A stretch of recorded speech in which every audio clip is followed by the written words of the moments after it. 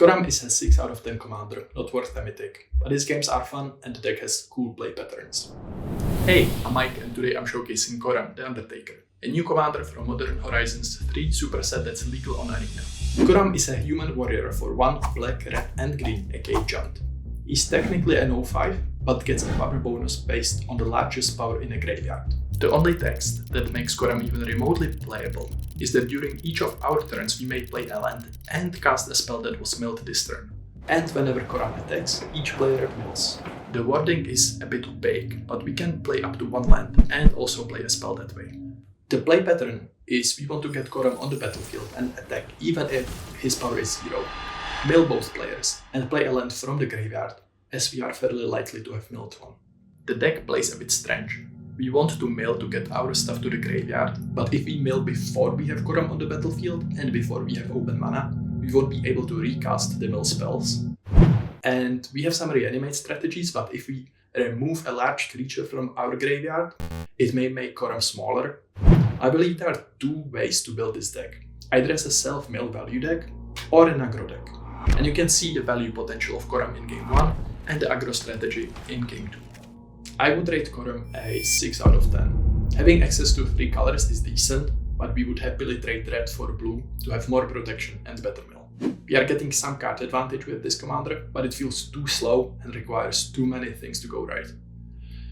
If you are going to splurge a mythic wildcard on something, perhaps Gorwald Faker's King would be a better comparable choice in these colors. Or if you want to utilize your graveyard to the max, go for Muldrowa the Gravetide. I'm always trying to select gameplay that is not only entertaining to watch, but that also showcases what the commander is capable of. And that usually means including winning games. But for this video I managed to get a couple fun games that ultimately resulted in a defeat. So maybe that is a benefit of Coram. His matchups are seemingly way more fun than of other commanders. Anyway, thanks for sticking around. Now let's get to the gameplay. Now.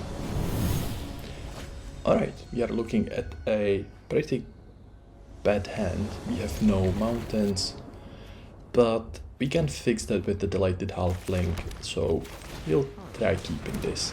We are unlikely to be able to play Squee, but we have the 2 MDFCs and we have a lightning bolt. Unfortunately the lightning halfling dies here, but we should be able to get to Coram at some point. Here we can play the tapped land, or we can play the Aftermath Enlist, taking 3 life, just probably reasonable.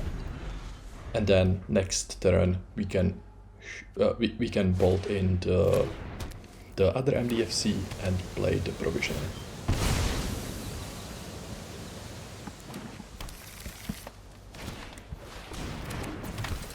Alright, opponent ramps. Oh, and they get Llanowar Elves as well. Well, we don't have enough removal, but we can save the lightning bolt for loot. We don't really have the red mana unless we get the stomping ground, so that was something we had to do. And unfortunately we don't have the red open for loot here, but that's fine. If they play a loot and we get to untap, we can kill loot on our turn. Song of Creation. Okay, so they want to be drawing a lot of cards, so they are a Storm loot deck. Fine by us. They are all tapped out, so they will be discarding all those cards. They found Ursa. Okay, cool. Fury is an amazing draw here. It kills their whole board, and we get to get rid of Squee, which we can then play again later if we get into the red mana. Yeah, that's pretty good here. And we don't have to expend any mana either, so yeah, this worked out very well in our favor. And we can play the tapped land and play Coram. Yeah, that is worth the 3 life, let's do it. We get the treasure out of it as well, so that we can hold up the lightning bolt for loot. We don't have to even play it now, we can save the treasure. Loot is only relevant on opponent's upkeep, so we can just pass here. Alright, opponent discards their hand yet again. And we should be in a pretty good spot right here. We have a 6/5 on the battlefield, because there is a creature with power 6 in a graveyard. So we will be hitting our opponent for 10. They go down to 10, and yes, we see a mountain and key to the archive. We can play both, so we will definitely play the mountain, create a treasure, and then let's see what the key gives us. That also ramps us enough so that we can play Etali next time. Yeah, Doomblade's alright against loot, but we would rather have the Etali, I think. So let's pitch the Doomblade. Alright, opponent gets more cards. And they tap out. Okay, well this is looking very well. They have 2 blockers, but ultimately nothing that we cannot get around. Ah, they have a Fury of their own. Theirs doesn't do much. It kills either the Provisioner or the Aftermath Analyst. Surely they will target just the Provisioner. Oh, okay, they wanted to do extra damage to the Analyst for no good reason, but it's fine. No, they did find the land after all. Good for them.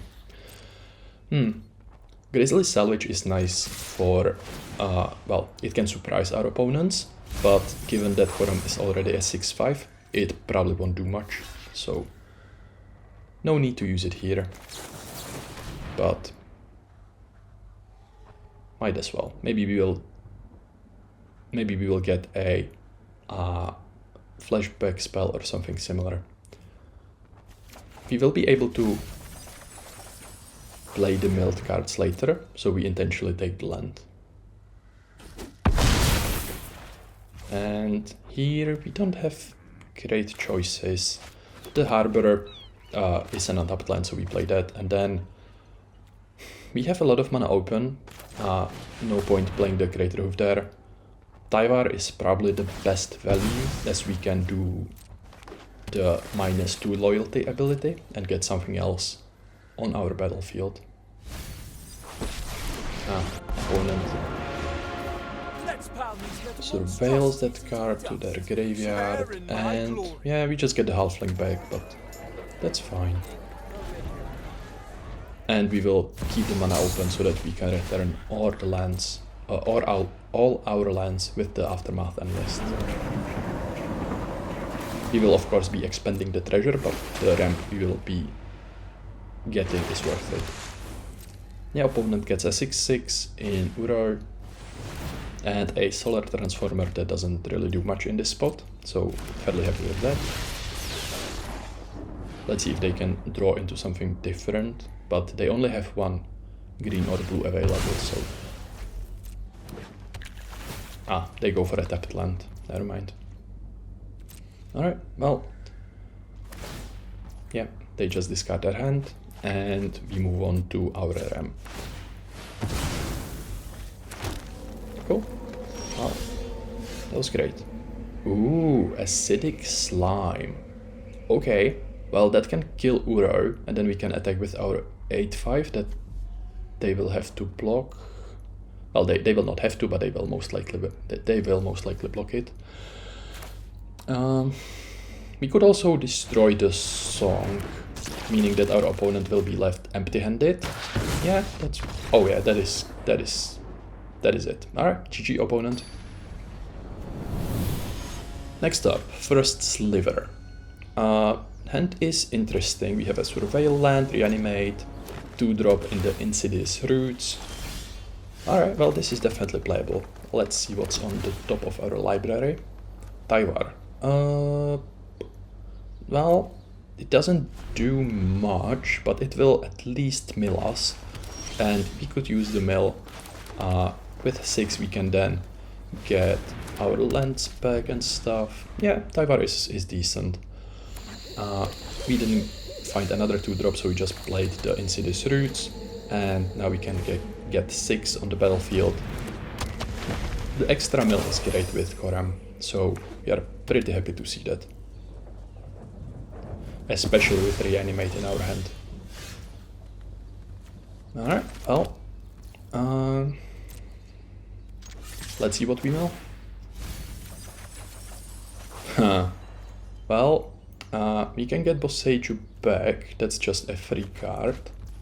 And then we can reanimate Craterhoof or Etalu. Craterhoof doesn't do much now that we already attacked, so yeah, let's play the Tyvar. We can mill again here, but Etalu is such a good reanimate target that we should just go for it. Yep, we definitely want to be doing this. And okay, well, we get a 10-10, that's decent. Meaning that our opponent has to do something very cool this turn. But yeah, this is as good as we can hope for. We can even play the Dragon's Rage Channeler because of Tyvar, so yeah, pretty good spot there. Yeah, unfortunately our opponent has a combo already set up. They have the First Sliver, which will get them into Monstrous Vortex, and that gets all their 5 drops onto the battlefield. It worked out for them because they plotted the 5 drop on turn 4. So yeah, now we just get to watch them. And yeah, if they didn't lock into the plot spell, they would have been 1 turn slower and we would be attacking with all we had. Instead, they will just kill us. Either they have enough haste creatures or yeah, Terror of the Peaks will do it as well. Alright, well, we were 1 turn too slow, but that's cool.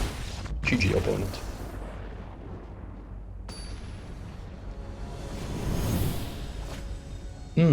Playing against Jetmir, and we have Dark Ritual, Arcane Signet, and Grass. The Grass doesn't really do much here, but maybe we can get it into our graveyard and either reanimate it, or we can just use it for the passive power it will provide to Coram. Then again, we are ramping pretty hard, so maybe we can even get to cast Grass. We could either use the Dark Ritual here, or we could just play Coram. Playing Coram is probably fine, but then again, opponents open mana and we would rather see what happens. We can also use the Takenuma to get more stuff into our graveyard. Well,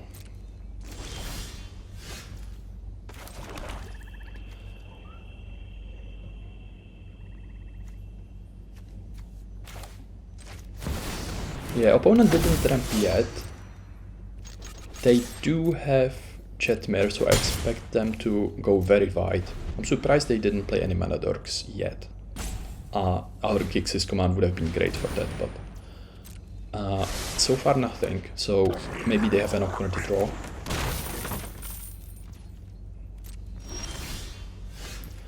Well, Shieldred's nice. It gets rid of our opponent's creatures, but yeah, we can just ramp into the grass and attack with our 5/3s.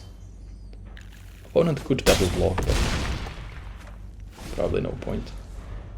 They are down to 11. Even if they remove grass here, Coram will become a 7-powered creature. So we will be fairly happy with that. And this is the point where they go wide. Oh, they found Lauren. Okay. So yeah, that's exactly what happened. They removed grass, and Coram is still a 7/5. Yeah, this is where we use the Gixis command. We will pump the Delighted Halfling and then destroy all creatures with a lower power. So a one-sided board wipe, probably nothing that our opponent can recover from. We mill their Path to Exile and our Kenrid's transformation and pass. Alright, let's see Jetmir, what can you do? Rocco is one of them cards that they could actually save, but even 2 blockers, 3 blockers, probably not gonna do it. On our turn we attack. Why are they attacking? That seems silly. We could play Shieldred, make them sack, or we can just breach and enjoy more of this one. what can we get here? Yeah, opponent decided to no longer play with us. That's fine. Well, GG. They were very, very dead. In our next game, well, we will play the tapped land first. Then we have a fetch, another mountain. The colors are a bit awkward. Okay, the swamp is good. Here we will need to grab a red and green survey land, or any other dual land, but the survey land is what we will be playing.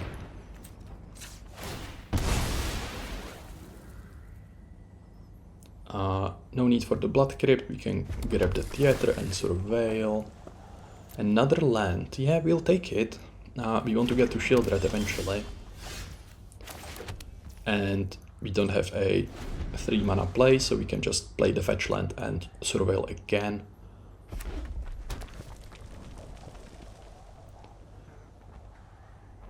Our opponent is not doing much yet. They still have 2 mana open. Oh, okay, now they played Saheeli. Alright, so on our turn we will probably be playing Coram or removing Saheeli. We could do both. Probably not worth it, is it?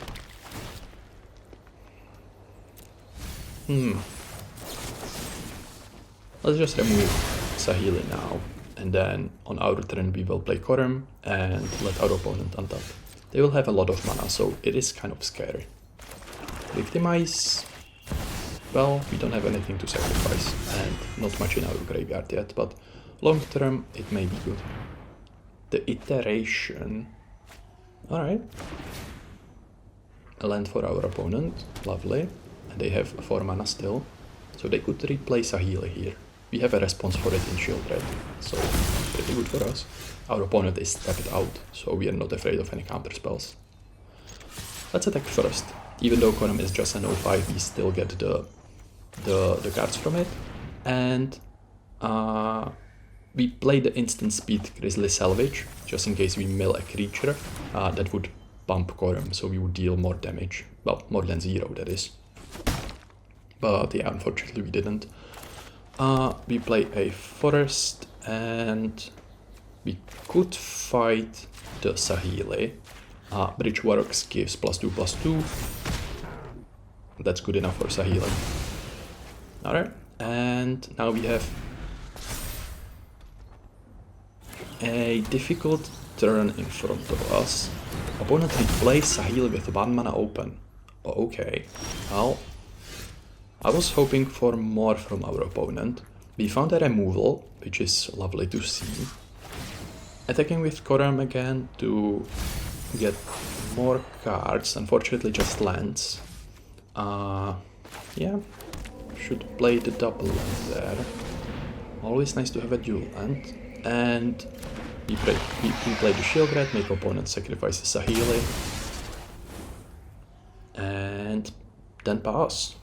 No point in victimizing here. We don't have anything cool we want to return from the graveyard.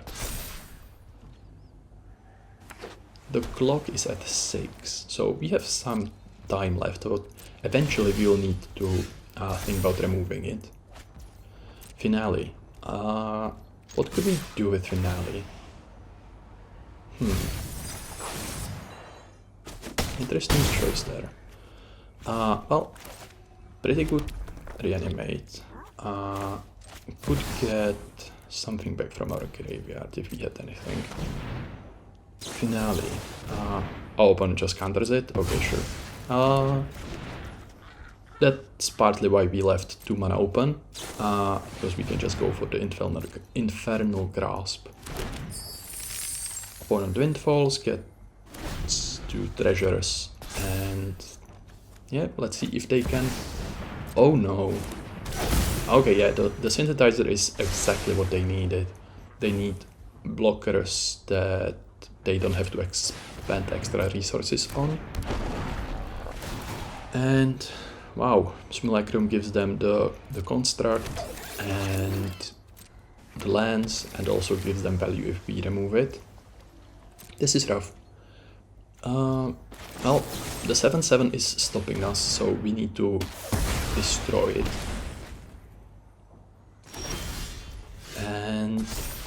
Yeah, well, this is rough. We play grass here just in attempt to deal as much damage as possible. It gets removed immediately, but that's fine. Means Coram will still be a 7-5. And Shieldred will probably get in. I expect Coram to get blocked by the Simulacrum. But it didn't, surprisingly enough. Opponent goes down to 10. Yeah, so that's rough. What happened is Coram milled purple to Phyrexia, and then our opponent just randomly had a reanimate artifact effect. So yeah, we lose our board. Opponent gets a 6-6. Not sure we can recover from this, to be fair. Replaying Coram doesn't do much, but maybe we can get the Victimize down. Opponent has open mana, so maybe let's attempt to pretend to... Yeah, let's pretend to play Coram, and then we can Victimize the Deathrite Shaman. We will still have 1 mana open for the Haywire Might, and I guess we are hoping that resolves so that we can remove the portal to Phyrexia. Yeah, unfortunately it doesn't, so there is very little we can do here. Opponent will untap, on their upkeep they will get back Shieldred, we will use our Deathrite Shaman, and there is not much that we can draw into that would save us. Yeah, they go for the Shieldred, of course. They also get a new hand with the Midnight Clock. And let's see what our next draw is. We are probably looking for a... perhaps a board wipe. I'm not even sure what would save us here, to be honest. Not much. Oh, yeah, Terror of the Peaks probably does it. And they copy the Synthetizer, sure. Yeah, that's cool. They get 6 damage here. That's very nice.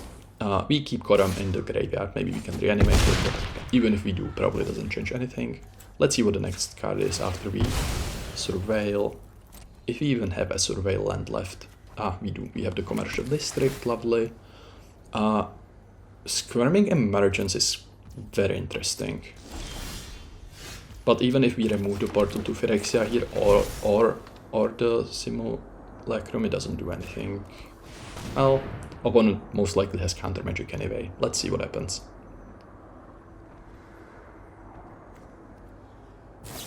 Yeah, they have effect. Good for them.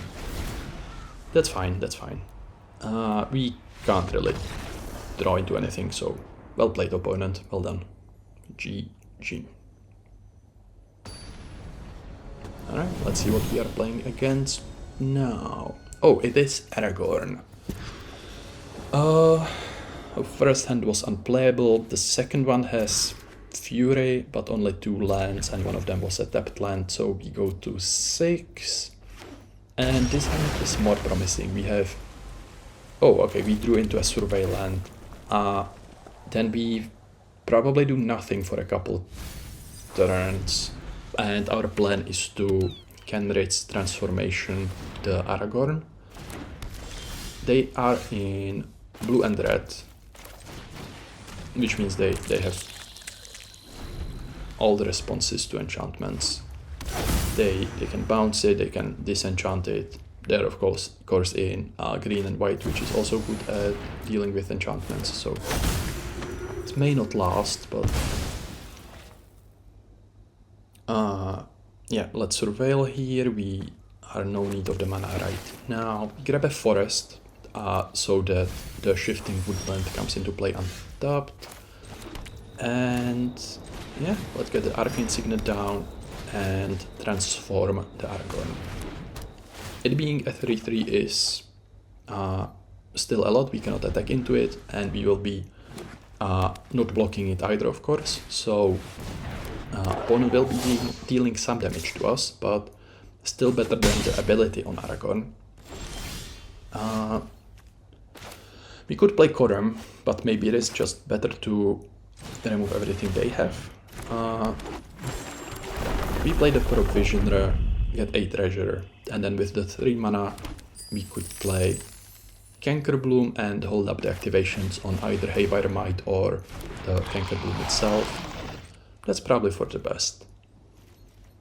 The Tireless Provisioner is holding back the 3/3 they have. We will not be blocking Aragorn because opponent would just recast it, but the Charioteer that is being blocked. If opponent attacks, they didn't. They found Jetmir. Oh no, they didn't. They found Genie Fae, Jetmir's second. Doesn't really impact us all that much, so that's all good. Coram on the battlefield, and we have enough mana open for Haywire Might and the Canker Bloom. Also, I really dislike the skin on the cave. Oh, the cavern, that is. The cavern is the most important land there is, and it looking very different, it's just super confusing. And I would rather not turn off all the skins in game. Alright, opponent gets rid of Coram. Doesn't really matter that much. We'll be taking probably 9 here. Yeah, that's fine, we can go to 12. Opponent's at 14. So perhaps we can do enough damage here. Well, we would have to hardcast Fury, but that's probably reasonable. Maybe there was an option for us to get a treasure, but with the third treasure instead of a food, we can play the acidic slime.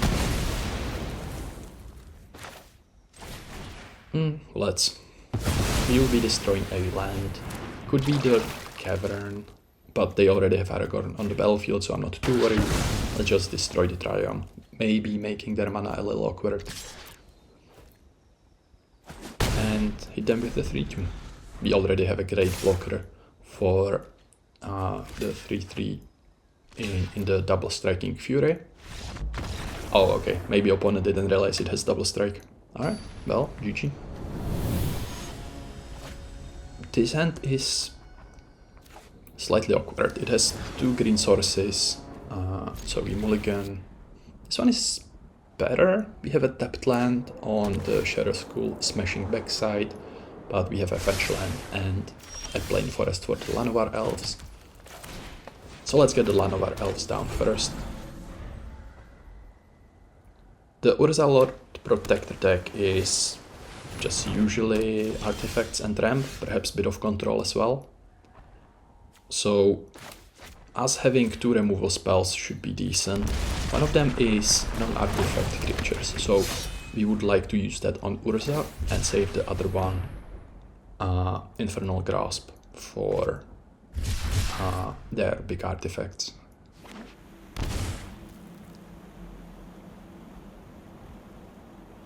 With Professional Facebreaker on the battlefield, we will be getting a treasure next turn, meaning that we can perhaps Acidic Slime. It is an option. What would we destroy? Probably the fountain? Yeah. Opponent's deck is built around ramping, so maybe let's slow them down a little bit. Alright, they play Ursa. We will destroy Ursa on our turn. Or we could do... We could have also played the Tyrannex Rex, but it's probably better to just attack here, get a treasure, and destroy Ursa. Yeah, opponent may be a little premature in removing Coram. If they removed the Professional Facebreaker here, I think that would have been better for them. Maybe they were just too scared of Coram because it is a commander, but ultimately the card's not that important, just our card quality is fairly high.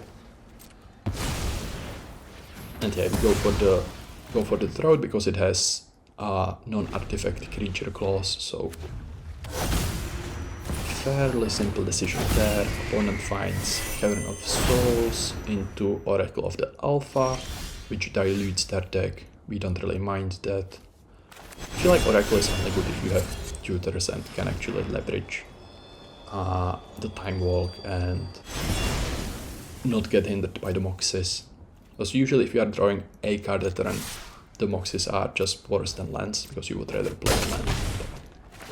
If you have multiple card draw effects or tutors, the Oracle can be decent. Especially in the new Alchemy Nashi, where you can search for the extra turn spell and play it repeatedly. That's a lot of fun. Anyway, we hit our opponent. Oh my god, speaking of, opponent literally top decked the Time Walk. Good for them, that's awesome. It did nothing in their spot, but yeah, that's really cool. They had 100 cards in their deck and one of them was tiled and was the top card of their deck. That's awesome. Alright, well, we can draw here. And on the next turn we can either destroy Ursa yet again or play Tyrannax Rex and attack them. They will be able to block the acidic slime, but because it has Death Touch, Ursa would die. Yeah, that's probably what we're gonna do. Just attack them with the trampling 8/8 and the rest. They go to 1. No point playing the Deathrite Shaman. Besides it being a instant speed, target opponent loses 2 life, I suppose. Opponent just concedes by fetching. Alright, GG opponent.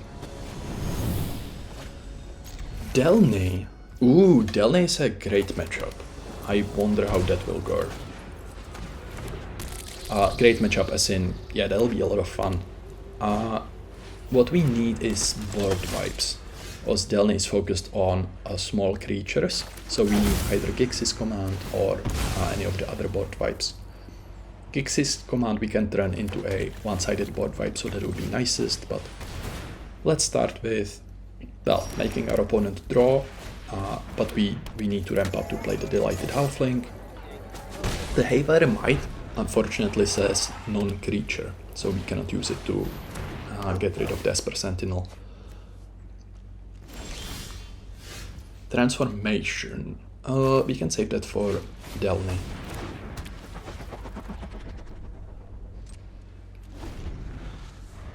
No point attacking. Alright, opponent gets Delney down. And nothing. Alright. Oh my god, Kogla is great. Kogla will be removing the enchantments and artifacts. That's great. That's exactly what we wanted. Unfortunately, we missed a land drop, which is a bit scary. We needed one more land. But now that we have Coram on the battlefield, we can attack with it, and we are fairly likely to mill at least one land, if we don't draw one. So... okay, we drew it. That's even better. We can get Kogla on the battlefield now and fight... Well, if we fight Delney, they'll just recast it. Maybe it's better to go for the Saradog. Don't want our opponent to go too wide, as we don't really have a board vibe in our hand yet. Yeah, they went for the lifelink, that's fine. Now Coram is at 2/5, so we can attack with it even better. Nothing crazy milled there. A land, but we already played a swamp, and then the speaker. Speaker doesn't do anything for us, so we would probably not play it anyway. Okay, opponent gets double Charming Prince triggers, and they get 2 cards from the Spirited Companion. That's pretty good. Good value right there.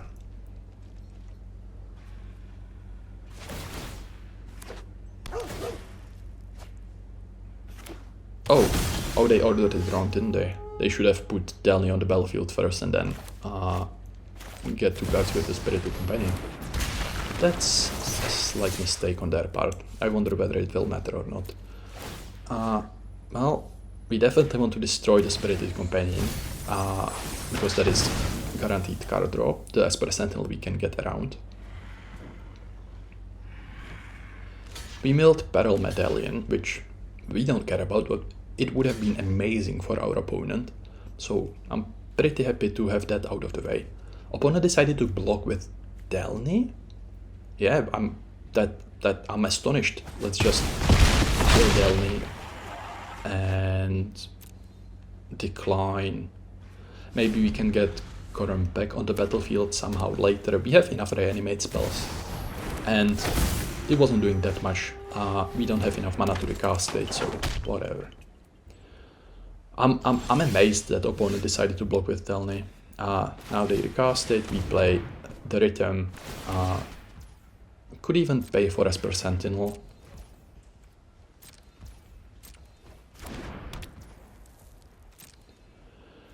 And yeah, now we attack again. We should have attacked first, destroy the Esper Sentinel, then play the rhythm, but it ultimately doesn't affect much. We are not planning on doing anything too crazy here. Getting a +1/+1 counter on the Stitcher, and okay, well, didn't mill anything too interesting. Nothing that we can get back anyway. Priest. Alright. Opponent is getting pretty good value from Delney. They are up to 11 life. Oh no. Authority of Consoles can be... Maybe it is backbreaking for us. If opponent can create enough tokens, for example, or just get enough of their creatures from their hand on the battlefield, you'll be really struggling. Finale. Ooh, okay, maybe we are supposed to transform Delney. I'm not even sure what we can find with the finale here, to be honest.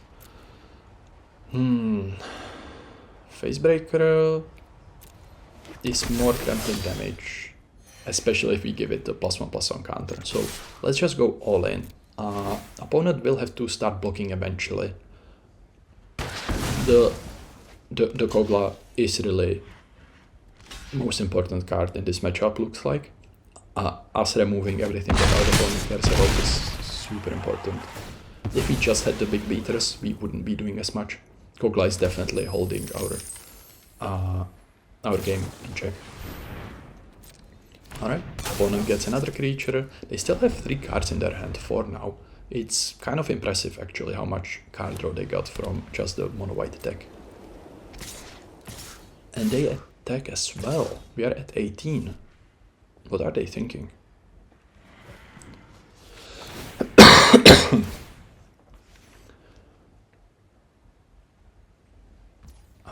They will gain a lot of life, of course, but they only get to untap 2 of their creatures. We don't have to block anything here. And do they play anything else? Maybe they just dump their hand on the battlefield? That would make sense. They do not. They just get their 2 exiled creatures back. They do gain a lot of life. The priest is something that we would need to think about removing, but seeing that they only have these blockers, I think we are capable of winning on our turn. We have Trampling Vorinclex. Ooh, we could even use the Kenrid's transformation offensively. That's a fun line. We can put it on the Ornithopter and make it into a 3/3. That should be enough. Well, let's breach first. We have the mana for it. Opponent is forced to blow here anyway, so we will reduce what they have. And let's draw a card. Let's see what we can get. Yeah, haste sounds great. I would love to have haste on everything. Thank you very much.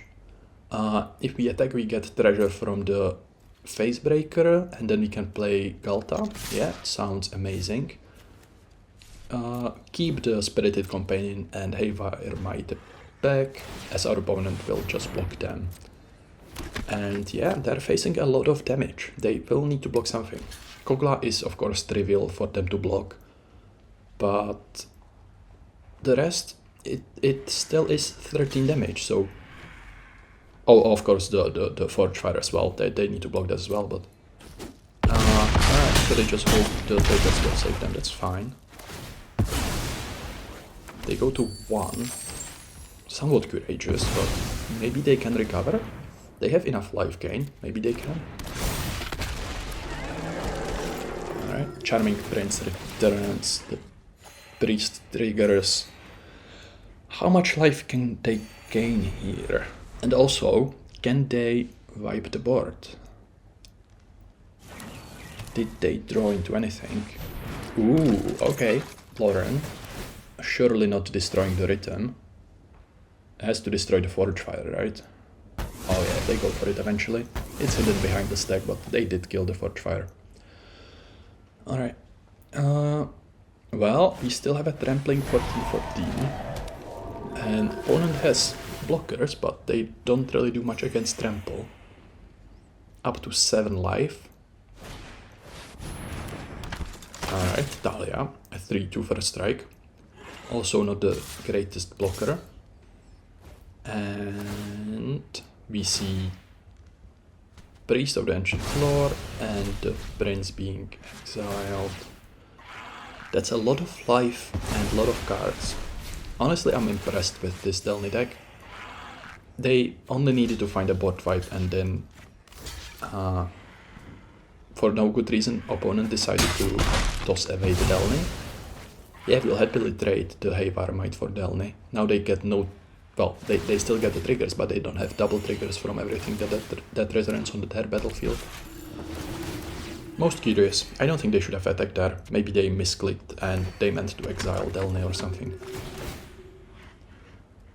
Yeah, instead of being at 15, they would be like, at what, 22, 25 life here? Sure Skull. Yeah, well, it can only target creatures or planeswalkers, but might as well go for it. We can point it at Lauren and... yeah, I guess the priest. The Lauren is not doing much, but the priest definitely is carrying their game. They do get life from it, that's fine. We still have good attacks here.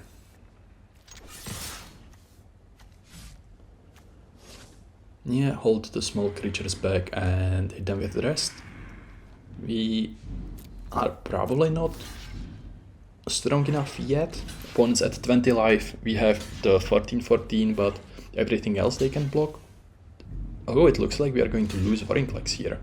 But they are going to sacrifice 3 creatures for it. I don't know if that's the best choice. I feel like maybe they should have just jumped the other creatures and hope that they have enough life to block next turn. Maybe they can draw into a board wipe. Well, we could draw with the Facebreaker, but probably just better to pass here. We have enough board presence. Opponents at 4 life, and we got rid of most of their creatures. They play Fortune, Loyal Steed. They need to build their board and somehow get rid of the Ghalta. Ghalta being a 14-14 is not something they can recover from here, unless they have removal. Do they have it is the question. Okay, they just replay all their creatures. And attack with Thalia, sure. That's all fine. I'm not sure they can untap it. They exile the Thalia to get it back. Oh, not the other one, but... Alright, well... Overseer is back. Yeah, they didn't untap the Thalia, the Thalia either. So, we go for it. We transform the Ornithopter into a 3-3 and hit them hard. I think they are done here. Even if they do have removal for the Ghalta, this should be enough damage. They only have 4 blockers, and